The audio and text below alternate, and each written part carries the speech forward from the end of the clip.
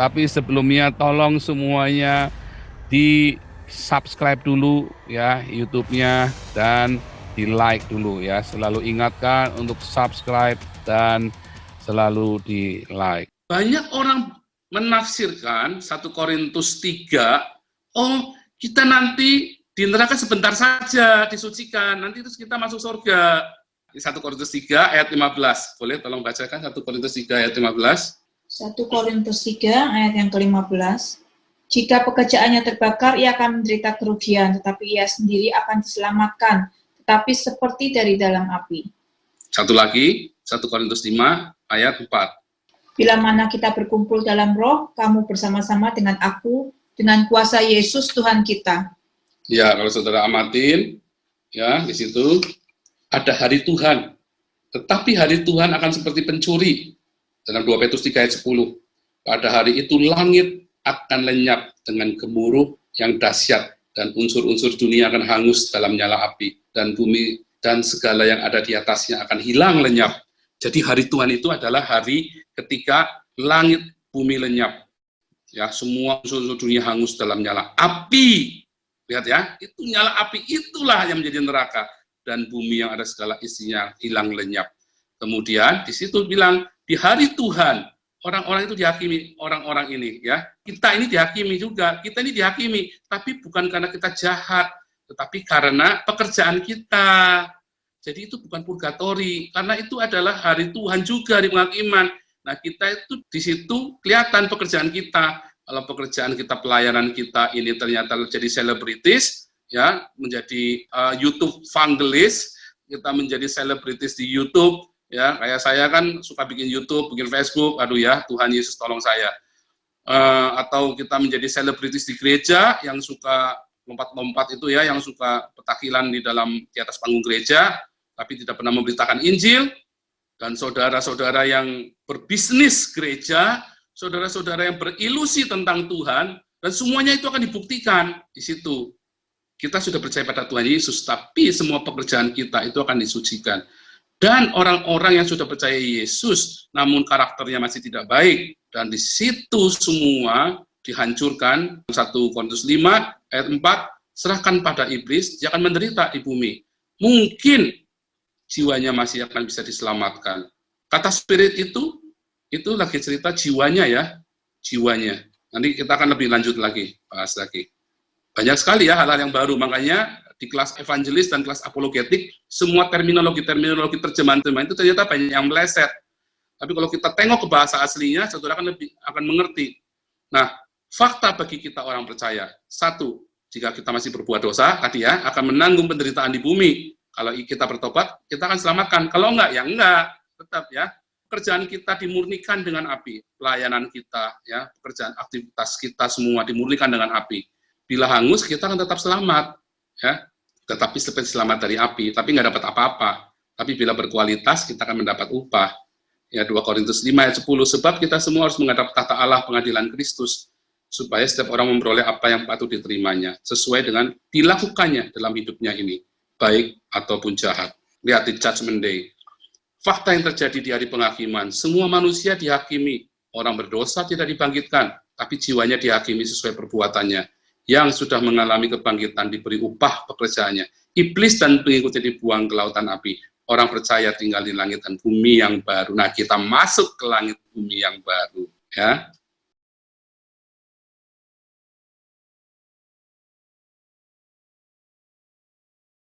Langit bumi yang baru. Nah, ini yang kita rindukan.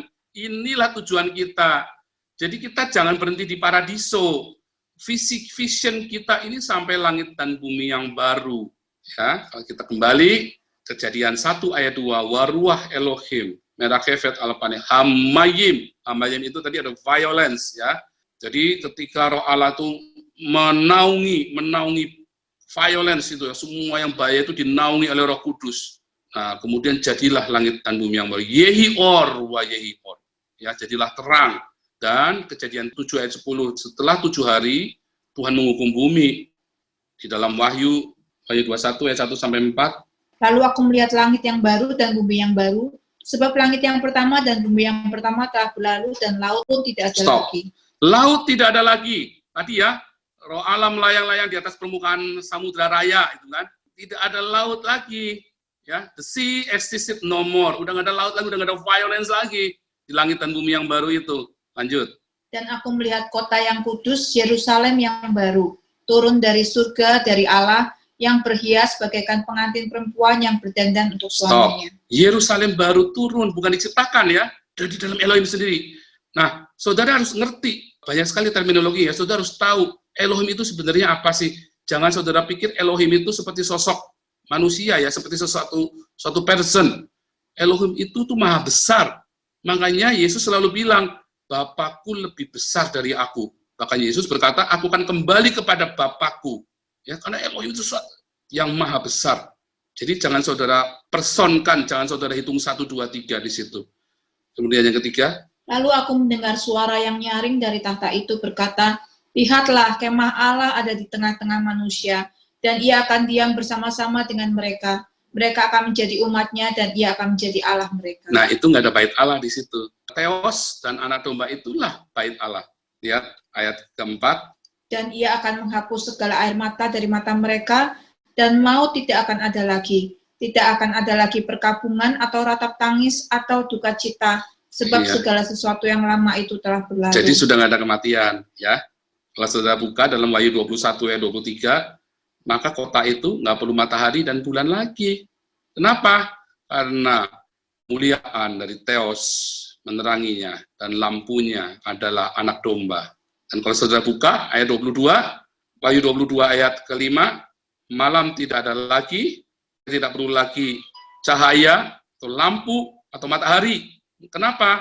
Karena Kurios Theos will shine on them. Jadi Wahyu 21 tadi ayat 5 dan Wahyu 22 ini sedang cerita bahwa Yesus anak domba dan Theos itu sama ya. Saudara lihat Matius 6 ayat 33. Tetapi carilah dahulu kerajaan Allah dan kebenarannya, maka semuanya itu akan ditambahkan kepadamu. Iya ya. Semuanya tambahkan kepada kita tuh ya. Kita cari kerajaan Allah, maka kita akan nari-nari nanti ya, kita akan bersuka cita dalam kerajaan surga. Sementara iblis dibuang ke dalam neraka bersama dengan orang-orang yang tidak percaya kepada Tuhan Yesus. Makanya iblis pengikutnya ya, iblis nabi palsunya dan binatang itu akan dilempar. Tetapi kita akan masuk di dalam kerajaan new heavens and earth ya. Itulah surga.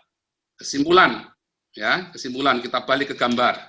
Pertama, yang namanya surga dan bumi, pertama maksudnya adalah rohani dan jasmani. Awal-awalnya Kejadian 1 ayat 1. Ya, kalau saudara baca dalam Alkitab bahasa Inggris heavens and earth, artinya surga dan bumi ya sebenarnya kan. Jadi langit itu ya surga. Artinya rohani dan jasmani. Kejadian 1 ayat 2, yang alam jasmani ini rusak karena ada Helel ben Sakar iblis. Kemudian Kejadian 1 ayat 3, mulai Tuhan melakukan satu penciptaan, pembentukan-pembentukan di alam-alam jasmani ini. Mulai terjadi mulai dari terang, Tuhan menciptakan planet bumi, ya, Tuhan menciptakan semua yang fisika-fisika ini, planet bumi, matahari, bulan, bintang, semuanya. Kemudian terakhir, ya, Hades ini akan dibuang ke neraka, dan kita orang-orang yang percaya akan pindah langit dan bumi yang baru. Oke, itu dulu. Silahkan kalau ada pertanyaan. Oke, Ibu Eta dari Inggris. Salam, aku mau tanya, masih perlu belajar lagi berulang-ulang supaya lebih jelas. Ya, memang. Ya. Aku mau tanya, Pak, dari ini, apakah kemungkinan kira-kira yang Bapak mention tadi kerajaan 1000 tahun, apakah kemungkinan sekarang ini kita hidup di kerajaan 1000 tahun? Karena kan tidak ada durasi waktu gitu ya, yang menyatakan kapan itu kerajaan 1000 tahun gitu ya. Karena iblis juga kan, Tuhan membuang iblis ke dunia ini kan, ya berkuasa di bumi ini. Dan ini mungkin kerajaan si iblis. Jadi apakah kemungkinan, pertanyaannya, ya dunia ini yang sekarang kita diami ini adalah kerajaan 1000 tahun. Yang kedua, tadi Bapak mention Helel ben, apa tuh tadi namanya? Sakhar? Ya. Helel ben Sakar. Ya, susah banget namanya. Nah, kalau kata Ben itu kan katanya berarti ada nama kan, seperti yang Bapak mention tadi kan, Bapak. Nah, Siapa bapaknya ini? Siapa si Syakar ini? Nah, itu pertanyaan saya agak menggelitik sedikit. Yang ketiga, banyak banget sih pertanyaan tadi. Sebenarnya banyak sih, tapi itu aja dulu. Satu lagi, pertanyaan ketiga saya, kan tadi Bapak menjelaskan kayak Samahim gitu ya, begitu luas gitu ya. Termasuk galaksi-galaksi ini yang sekarang ada juga including Samahim gitu ya.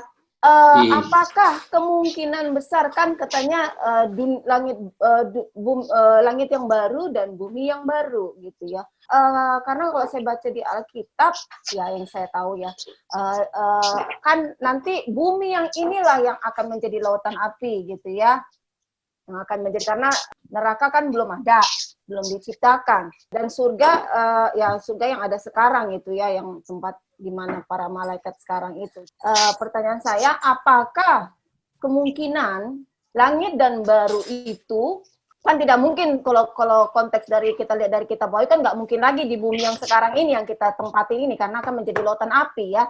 Apakah kemungkinan langit dan bumi yang baru itu ada di antara salah satu galaksi itu gitu loh, yang Samahim itu gitu loh? Itu aja pertanyaan saya, Pak. Terima kasih. Ini mau dikumpulin dulu pertanyaannya atau langsung? Langsung Pak, silakan. Habis ini langsung. Bapak sesudah Ibu Eta, Ya. Bapak Edi. Silakan. Ketika Ibu kita Eta. mau masak zaman kerajaan 1000 tahun, tadi disebutkan, ya kan, di dalam Korintus tadi, Paulus bilang, dalam sekejap mata, orang mati akan dibangkitkan, terus kita dalam sekejap mata akan dirubah dalam tubuh kemuliaan. Kalau orang ngalamin tubuh kemuliaan, kita udah nggak sakit lagi, kita udah nggak merasakan sedih, kita nggak merasakan semua nafsu-nafsu jasmania, tes suka. Nah, nanti saudara bisa lihat di YouTube saya, tes suka. Sudah nggak perlu tes suka. Tes suka itu diperlukan ketika saudara keluar dari Taman Eden. Ya. Jadi kalau saudara sekarang masih butuh makan, masih lapar, pengen makan enak, kalau saudara masih punya tes suka, punya iri dengki, saudara masih punya hawa nafsu seksual, maka saudara belum mengenakan tubuh kemuliaan. Karena ketika orang mengenakan tubuh kemuliaan, Yesus berkata dalam Markus tadi, ia tidak kawin-mengawinkan. Nah, berarti kita belum tinggal dalam kerajaan 1000 tahun. Tetapi di dalam kerajaan 1000 tahun, tidak ada orang yang umurnya di bawah 100 tahun. Jadi jelas sekarang kita belum masa 1000 tahun.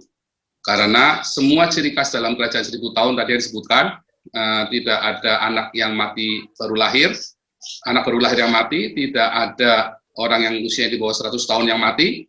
Kalau yang baru mati itu, sebelum 100 tahun mati, itu berarti kita terkutuk dia itu. Atau juga kita lihat, walaupun kita sering lihat kucing sama anjing main sama-sama, kita sering lihat sapi sama harimau bisa kumpul bareng, ya, harimau dengan domba bisa kumpul bareng di gambar-gambar, tapi itu 1 dari 1 juta kemungkinan. Ya, itu sudah dilatih dulu. Kalau begitu ketemu harimau sama domba, pasti dimangsa itu dombanya. Sudah otomatis. Berarti kita belum 1000 tahun. Itu yang pertama. Yang kedua, siapakah bapaknya Helel? Bapaknya Helel itu kan artinya hilal, bulan sabit, crescent, son of the dawn. Dawn itu artinya Arab, ya. Arab, the dawn itu evening itu. Orang Yahudi ngitung the dawn itu bukan jam 6 pagi, tapi jam 6 sore the dawn-nya itu. Jadi hari menjelang senja dawn, ya. Itu jam 6 sore. Itu saatnya bulan sabit pertama kali keluar. Hilal itu keluar. Jadi yang dimaksud kata Arab itu ya Ben, artinya dia penguasa. Dia yang kata Ben itu artinya dia putra dari itu tadi, Arab tadi. Dia keluar di saat Arab, ya. Ben itu kan berasal, Bene itu artinya diturunkan, ya, atau generasi. Sebetulnya bukan berarti anak yang anak, bukan begitu, karena untuk kata anak ada lagi, ya, anak laki-laki itu, tapi Bene itu sebenarnya generasi.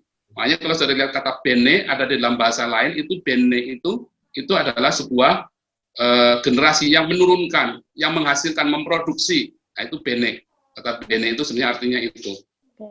Bukan sekedar anaknya orang, manusia, enggak gitu ya, produksi, bukan begitu. Helel, Bene itu, dia dari mana? Dari kegelapan. Helel itu. Berarti ada kemungkinan Helel. dong ya Pak, maaf. Berarti ada kemungkinan kalau si Lucifer itu, Hell bin Saklar itu, dia sebenarnya sudah ada dari dulu apa created gitu loh. Hallel itu sebenarnya nama malaikat. Hallel, lihat belakangnya kan L. Mikael, Gabriel, Hallel. Sebenarnya satu lagi ya, Immanuel. Ya, Immanuel. Immanuel siapa? Yesus ya, Immanuel. Itu panjang ya ceritanya, di kelas evangelis dan apologetik kita belajar itu. Gabriel, artinya the man of God. Semua orang yang berbicara atas nama Tuhan, yang membawa pesan Tuhan, dan dia berkata, aku berasal dari Tuhan, dia the man of God. Loh, tapi orang itu kan orang. Gabriel kan spirit. The man of God artinya orang. Setiap kali para nabi ketemu Gabriel, itu dalam wujud orang. Ya, ketika Maria ketemu Gabriel, itu dalam wujud orang. Mikael artinya siapakah yang seperti L? Siapa yang seperti L? Itu kan pertanyaan. Siapa yang seperti L? Siapa yang seperti L? Yesus. Loh, Yesus kan Elohim. Elohim, oh ya, Elohim ya. Iya, siapakah yang seperti L? Jangan tuh geser. Nggak ada di dunia. Siapakah seperti Allah kita? Tidak ada. Jawabnya selalu itu, toh. Mikael kan sebuah pertanyaan. Mikael, siapakah seperti El? Dan dia disebut penghulu malaikat. Pemimpinnya para malaikat. Pemimpinnya para malaikat siapa? Nah, itu pertanyaan nanti di kelas evangelis apologetik ya. Kemudian, Hail El, terpujilah El. Nah, Hail El ini adalah sebetulnya sebuah pujian. Terpujilah El. Begitu kita mencuri Hail El ini, maka kitalah setan-setan. Wih, Pak Paul ganteng ya. Waduh, iya, kamu nggak tahu saya dulu siapa. Nah, itulah saya Hallel itu sebenarnya. Nah, tapi semua itu, Tuhan bilang, itu adalah makhluk celestial yang diciptakan. Kerub, serafim, yang ditulis dalam Yesaya 14. Jadi mereka sudah ada dulu. Ketika Allah menciptakan langit dan bumi, ya, yang jasmani dan yang rohani. Kemudian Allah menciptakan malaikat-malaikat itu. Jadi, Hallel itu tadinya malaikat, kalau saudara baca tentang nubuatan Tirus dan Sidon, ya ada lagi, itu lagi cerita lagi tentang Hallel ini. Badannya itu penuh dengan itu ya, ada violin, ada string, ya, ada gambus, tubuhnya ada flute. Itu kalau jalan Hallel ini, kalau jalan di sorga ini, bersama di tata Allah itu terdengar merdu sekali, dan dia menikmati, dan dia sangat dekat. Makanya dia tahu rencana Allah tentang dia tahu Yesus. Makanya dia pengen seperti Yesus. Jadi Hallel itu bukan ciptaan ya Pak ya? Bukan ciptaan, dia itu makhluk. Ciptaan. Itu ciptaan. Malaikat kan ciptaan toh? Bukan malaikat itu roh adanya. Iya, roh itu juga diciptakan. Oke, Pak. Berarti Pertanyaan Allah ya. kedua Oke. dari Bapak Edi. Yang ketiga belum dijawab. Bentar, terakhir. Mestinya Bumi satu ini- orang bumi satu ini- pertanyaan. Tunggu. Oh, sorry. Yes, that's okay. Berarti tiga. Lebih baik dipindahkan dulu. Nanti ketiga bisa Ya, nanti. nanti kita lanjut ya, ketiga ya. Depending. Kita Terima lanjut kasih. ketiga. Ya, oke. Silakan Saya Pak catat Edi. sudah, Terima kasih Bu Eta. Pertanyaannya bagus sekali. Silakan yang lain sambil tunggu Pak Oke, Edi. lanjut. Ini ada kakak Rahel ya, Belgia. Iya. Apakah pembangunan bait Allah ketiga merupakan persiapan untuk heaven and earth? Gini, pembangunan bait Allah pertama itu waktu Daud mau bikin bait Allah pertama, maka Yehova Elohim. Sorry, saya menggunakan Yehova Elohim, saya tidak anti kata Yesus Allah dan Allah ya, tapi supaya nggak bingung ya, makanya saya gunakan Yehova Elohim ya. Nah, Yehova Elohim berkata kepada Daud, langit adalah tahtaku, bumi adalah tumpuan kakiku. Tapi Yehova Elohim mengizinkan Salomo membangunnya. Ketika Salomo membangun bait Elohim itu, di zaman Salomo, bait Elohim itu diresmikan, kemudian tidak lama kemudian setelah Salomo mati, kerajaan Israel terbelah menjadi dua. Kemudian, singkat cerita, mereka dibuang ke Babel, Israel Samaria dibuang ke Media Persia dan mereka hilang ke Asyur ya, oleh Asyur dan mereka hilang.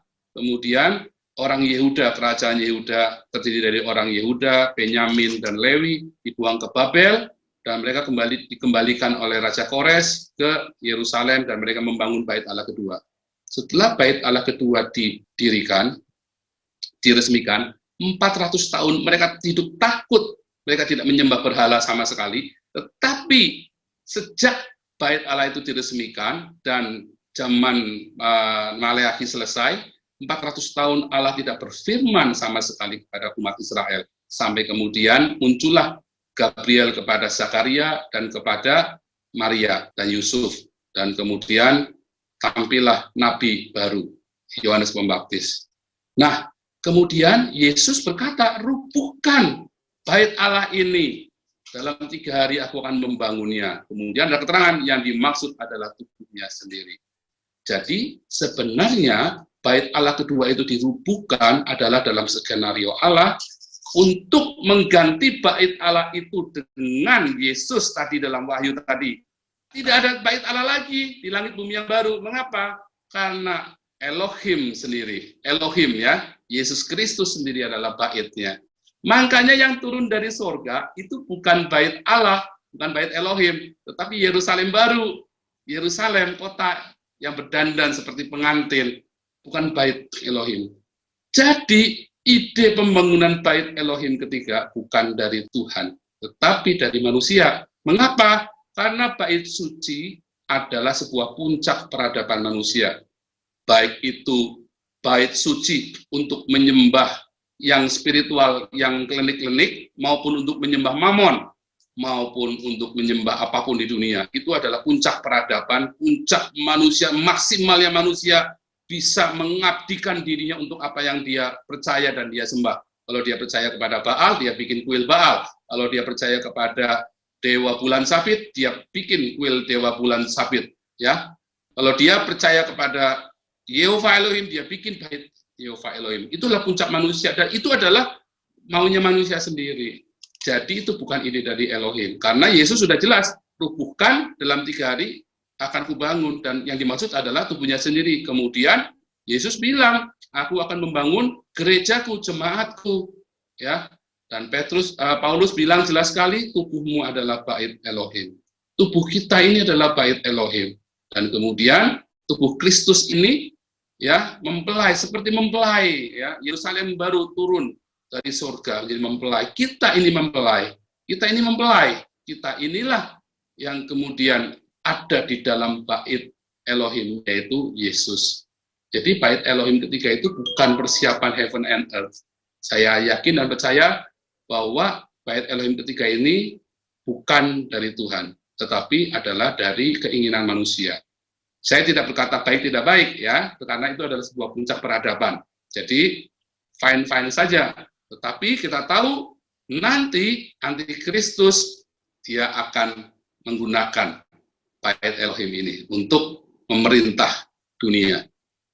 Ya, ada pelajaran Antikristus ini saya agak berbeda, tapi nanti itu panjang ya, makanya itu semua ada urutannya. Jadi bukan ya intinya. Oke. Pertanyaan Terus, yang kedua, Pak. Ibu Titin Larope, apakah kita boleh memerintah para malaikat? Sebentar, memerintah para malaikat. Ini pertanyaan sangat doktrinal. Saya tidak menentang, tapi saya juga tidak mengajari tentang memerintah para malaikat ini. Ya, nah, namun kita berdoanya bukan kepada para malaikat. Ya, kita tidak berdoa kepada malaikat, tapi kita meminta Tuhan mengirim malaikatnya. Sama seperti Elisa, ya. Elisa ketika Tuhan bukakan mata hamba-hambaku ini, kemudian dibuka matanya, dia lihat malaikat pasukan Mahanaim ada di sepanjang lereng gunung mengepung orang-orang Samaria. Kemudian Yesus juga, apa kamu sangka aku tidak bisa mengirimkan 12 pasukan malaikat? Ya, bisa mengirim pasukan malaikat. Nah, itu seperti itu. Nah, makanya saudara harus sangat hati-hati di dalam memerintah para malaikat ini. Saya memerintahkan malaikat untuk mengambilkan air untuk saya. Nah, yang hal seperti apa? Karena kadang-kadang doktrinal seperti ini nanti munculnya konyol-konyol. Tapi Tuhan tidak pernah ajari kita untuk memerintah malaikat. Tapi kita meminta kepada Tuhan, memohon ya untuk kita minta malaikat Tuhan mengawal, ya, berkemah di sekeliling kita, seperti Daud bilang yang malaikat Tuhan berkemah sekeliling kita. Nah, seperti itu. Jadi ini sangat hati-hati sekali Dan saya mungkin tidak bisa lebih dalam lagi, minta maaf, karena nanti akan menyinggung banyak sekali doktrin, dan saya harus menjelaskannya panjang. Ya, itu ada di pelajaran tentang malaikat, ya, di kelas apologetik nanti ada itu. Sepintas sudah saya ajarkan ya, bedanya Mikael, Gabriel, Hillel, Immanuel, itu 4 yang disebutkan dalam Alkitab. Oke, Ibu Titin, lanjut. Nah, mohon maaf, saya tahu tidak tuntas ya, tidak tuntas, mohon maaf. Tapi memang itu. Terus, Ibu Tiwi Arya, Pak. kerajaan 1000 tahun setelah rapture akan berpusat di Yerusalem, Israel.